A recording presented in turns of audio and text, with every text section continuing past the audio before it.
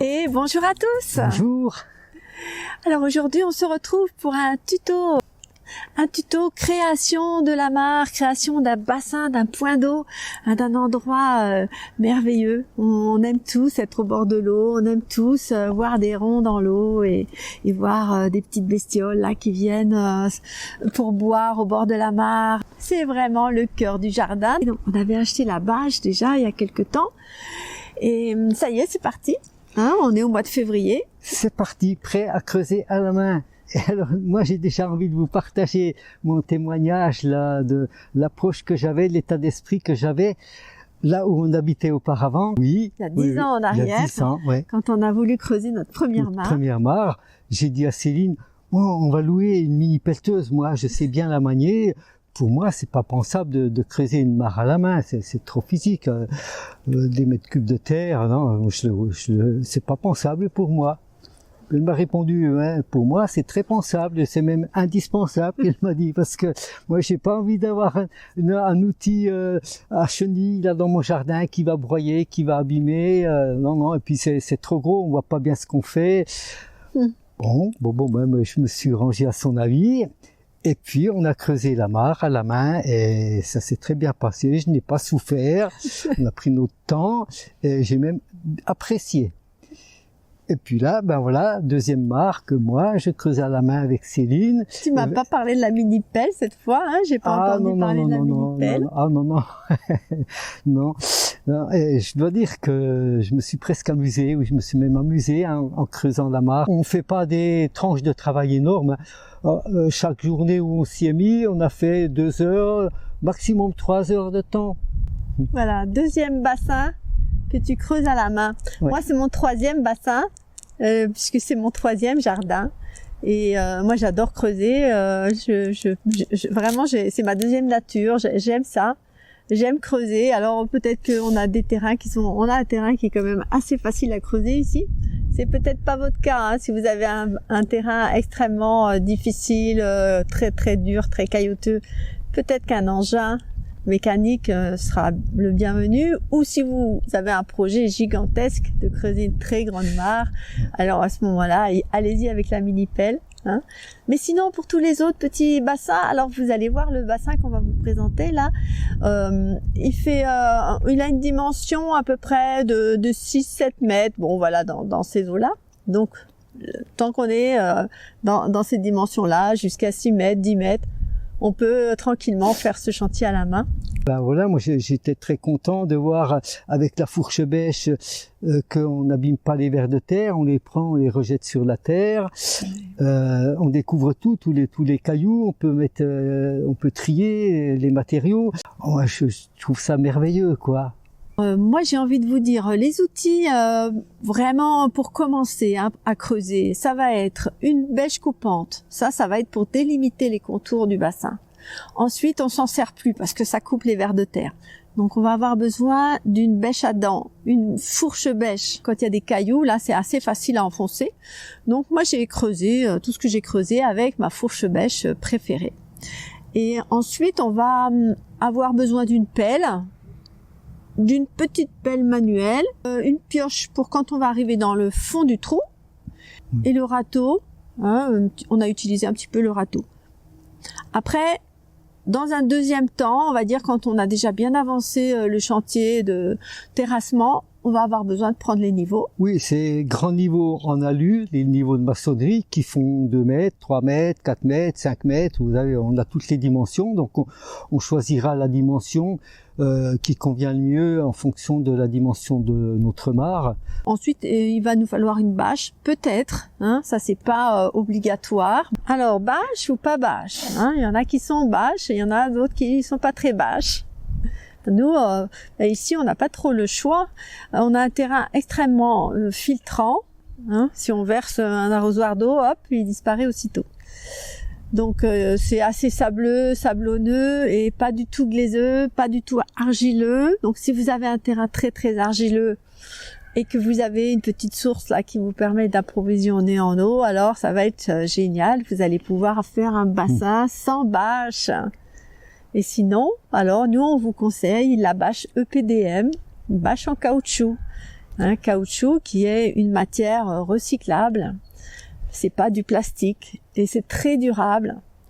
Alors, nous, on avait anticipé un peu parce que cette bâche caoutchouc, on en avait besoin pour faire les toits végétaux et on en avait commandé un peu plus en sachant on allait creuser la mare. Donc, on avait acheté un bout de bâche déjà qui faisait donc 8 mètres par 6 mètres 10. Il faut prévoir que c'est très lourd à transporter, vraiment très lourd. Donc, on peut prévoir un diable, les rouler, on peut prévoir le diable pour pouvoir la déplacer plus facilement. Et il faut y associer du feutre. Du feutre qu'on mettra en dessous de la bâche, entre le terrain et la bâche, pour protéger la bâche d'éventuellement racines qui ressortent ou des cailloux aux arêtes aiguës, voilà, qui risqueraient d'abîmer la bâche. Dans les critères de choix de l'emplacement, l'ensoleillement compte beaucoup. On va pas se mettre complètement à l'ombre. La mare, elle sera pas bien s'il est complètement à l'ombre. Elle va recevoir des feuilles, plein de débris végétaux. Et c'est pas bien non plus qu'elle soit complètement au soleil. Voilà, donc il faut trouver un endroit entre les deux. Alors, si on est complètement au soleil au départ, les petits végétaux qu'on pourra planter au bord pourront créer de l'ombre suffisamment. Un critère qui est vraiment très important, c'est l'approvisionnement en eau. Parce que la mare, faut bien la remplir, faut bien maintenir son niveau. Donc, si on est dans un endroit trop éloigné de toute source d'eau, ce sera très compliqué. Alors, on a plusieurs possibilités pour ça, pour remplir la mare. On peut avoir un puits, pas trop loin. Et on a aussi les toitures avec récupération d'eau, qui nous permettraient, avec des tuyaux, avec une canalisation, d'approvisionner la mare en eau. Alors maintenant, on va parler des cailloux. Nous, on en a rencontré pas mal des cailloux. On a beaucoup de quartz. C'est des très jolis cailloux. Ils sont blancs, rosés, un peu transparents. Ouais, c'est vraiment un beau, cadeau de la nature d'avoir ça sur notre terrain. Ouais. Dans notre jardin précédent, on avait des silex, beaucoup de silex. Alors ça, c'est pareil, c'était une fascination de voir ces magnifiques cailloux. Retirer les cailloux, les mettre dans des cagettes, des caisses, ça prend un petit peu de temps de trier, mais après on va être content, on va avoir toute cette matière minérale pour pouvoir cacher la bâche. Mais le tractopelle, il sait pas faire ça. Parce que sinon on peut acheter des cailloux. Mais bon, si on peut les avoir gratuitement chez soi, dans son terrain, alors c'est encore mieux. On a eu tout là, c'est génial.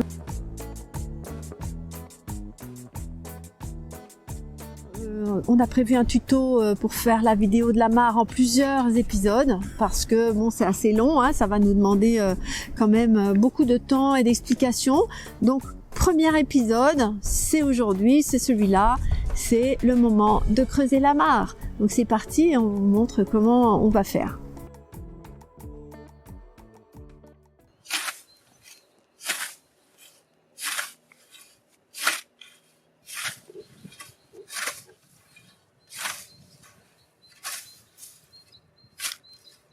Voilà, maintenant dans cet espace, ça va être le moment de délimiter l'endroit où on va mettre le bassin.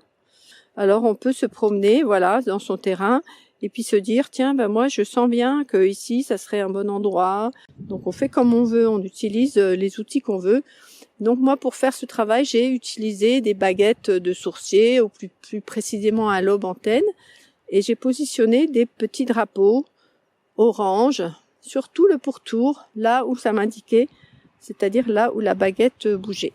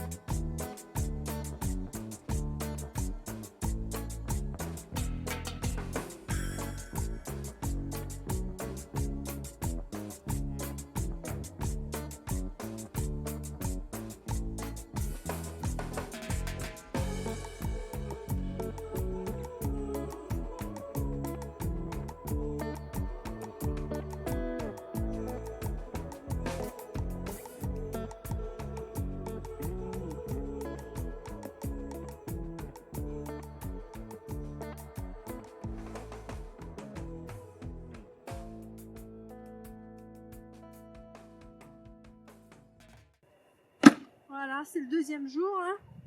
Je travaille là sur mon trou. Et donc là, j'ai décapé toute la surface de la mare.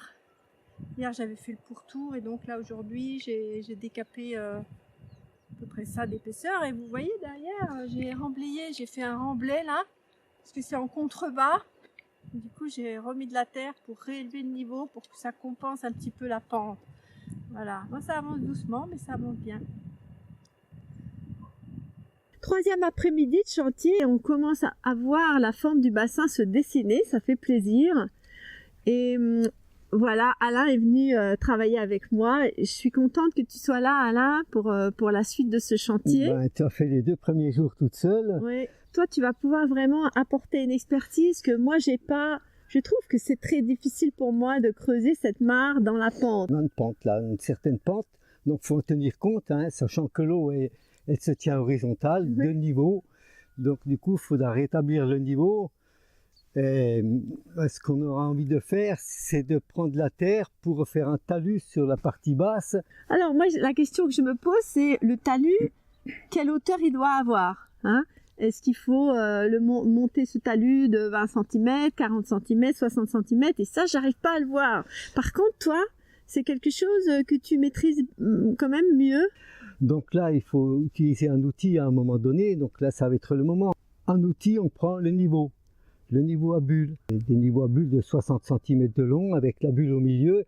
Donc, cette bulle qui sert à avoir l'horizontalité, eh bien, si on est sur un tout petit objet, ben, le niveau de 60 cm, il va suffire.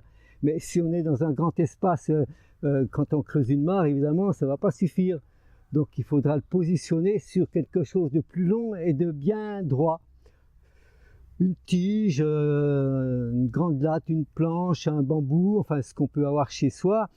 Ou alors une règle en alu qu'on trouve dans le commerce, il y en a de toutes les dimensions, 2 mètres, 3 mètres, 4 mètres. On va vous montrer comment est-ce qu'on positionne le niveau à bulle, oui. La planche, hein, comment on s'y prend, hein, parce que sinon on est comme une poule qui a trouvé un couteau, on est avec notre planche et notre niveau et on ne sait pas quoi faire.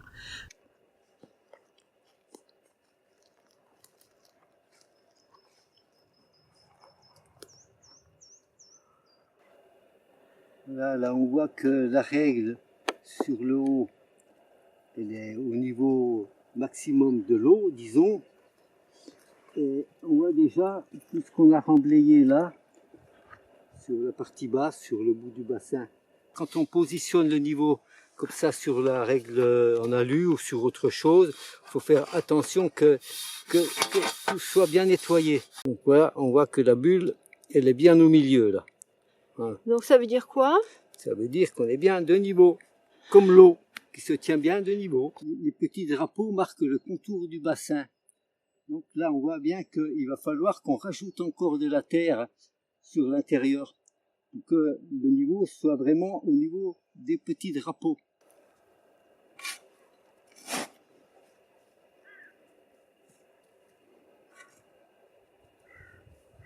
Voilà. Donc là, tout ça, c'est la partie centrale du bassin, c'est la partie qui va être la plus profonde. Alors, on peut y aller là-dedans, on peut en enlever, hein. Y a de la matière à enlever, on ne prend pas de risque en creusant toute cette partie-là. Vous voyez, là, j'en ai déjà enlevé pas mal, mais on peut continuer. Et puis, je mets là-bas. Alors, ce qui est assez intéressant, là, on a une terre, en fait, qui n'a plus du tout de racines, hein. Il n'y a plus du tout de plantes là-dedans. Et ça ressemble un petit peu à du gravier, à du sable mélangé avec du gravier. Donc ça va être de la bonne matière pour faire notre talus là. Ça va se compacter assez facilement, hein. Il n'y a pas beaucoup d'argile là-dedans, c'est un petit peu d'argile mais vraiment pas grand-chose, c'est pas collant.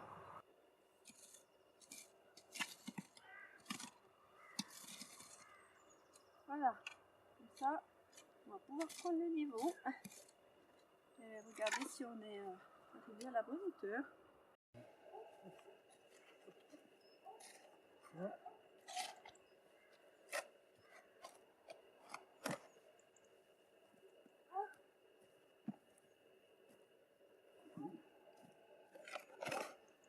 On avait une règle de 2 mètres, une de 3 mètres, avec des serre-joints, en l'alignant bien avec une planche. Là, on arrive à faire une règle qui est beaucoup plus longue, qui permet d'aller d'un côté à l'autre de la mare. 4e jour de travail. Et là, on commence à voir que ça prend vraiment tournure avec les différents paliers là qui commencent à se faire.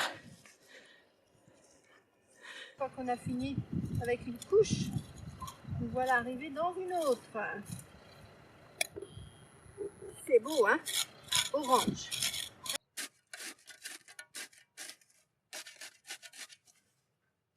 5e jour de travail aujourd'hui et on a eu une belle surprise. On a trouvé dans une couche profonde une matière qui s'appelle du tuf, qui est un peu comme du gravier, un peu orangé.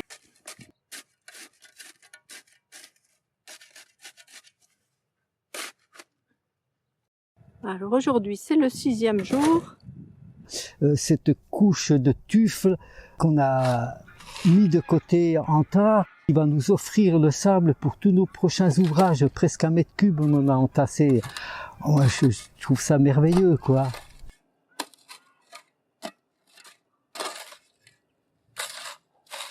C'est une belle matière, ça me plaît beaucoup. Voilà, une semaine qu'on a commencé à creuser cette mare. Et vous voyez, au milieu, là, on a mis un petit piquet qui va permettre de prendre les niveaux tout autour. On a ajusté le tour par petits coups, comme ça, en mettant tous les repères de niveau. On est le 3 février. Le soleil est revenu après quelques jours de pluie. Et donc le fond du bassin s'est rempli d'eau. Au fur et à mesure qu'on écope, on voit bien que l'eau elle revient. Hein. C'est comme une petite source. Hein. Donc ça va remplir à nouveau le fond de la bassine. Mais bon, là on est en train de reprendre les bords là pour que ça soit net, qu'il n'y ait pas de cailloux. On est en train de retasser un petit peu tout ça. Avant de commencer à installer le feutre et la bâche.